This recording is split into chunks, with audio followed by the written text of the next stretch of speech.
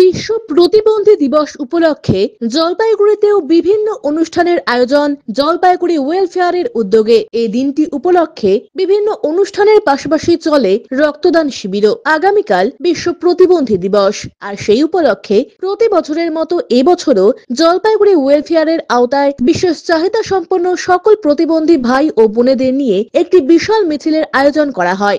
এবারও তার ব্যতিক্রম হবে না।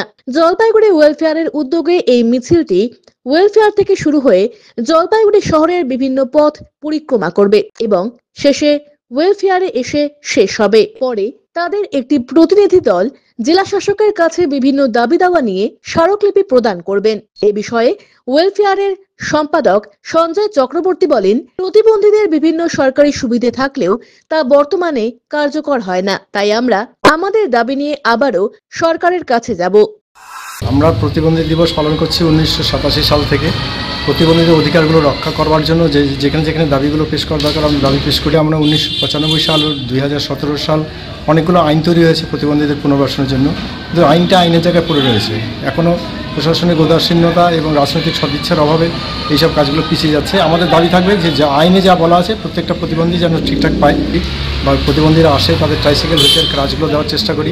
প্রতিবন্ধীরা আসে তারা সবাই মিলে একসাথে খাওয়া দাওয়া করি।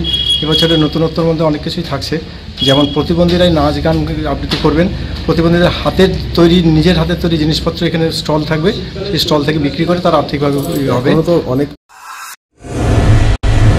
প্রতি মাসের তৃতীয় রবিবার এসএসকেএম হাসপাতালের চিকিৎসক ডাক্তার অরুণাভ ঘোষ এমডিডিএম এন্ড্রোক্রিনোলজিস্ট রোগী দেখবেন জেলা পরিষদের বিপরীতে জলপাইগুড়ি মেডিকেলে। তারা সুগার, থাইরয়েড, স্মৃতিশক্তি কমে যাওয়া, অতিরিক্ত ওজন, হাত পা যন্ত্রণা, দুর্বলতা, মাথার চুল উঠে যাওয়া, একাগ্রতার অভাব ইত্যাদি সমস্যায় ভুগছেন। তারা ফোন করুন 9933342740 এই নম্বরে।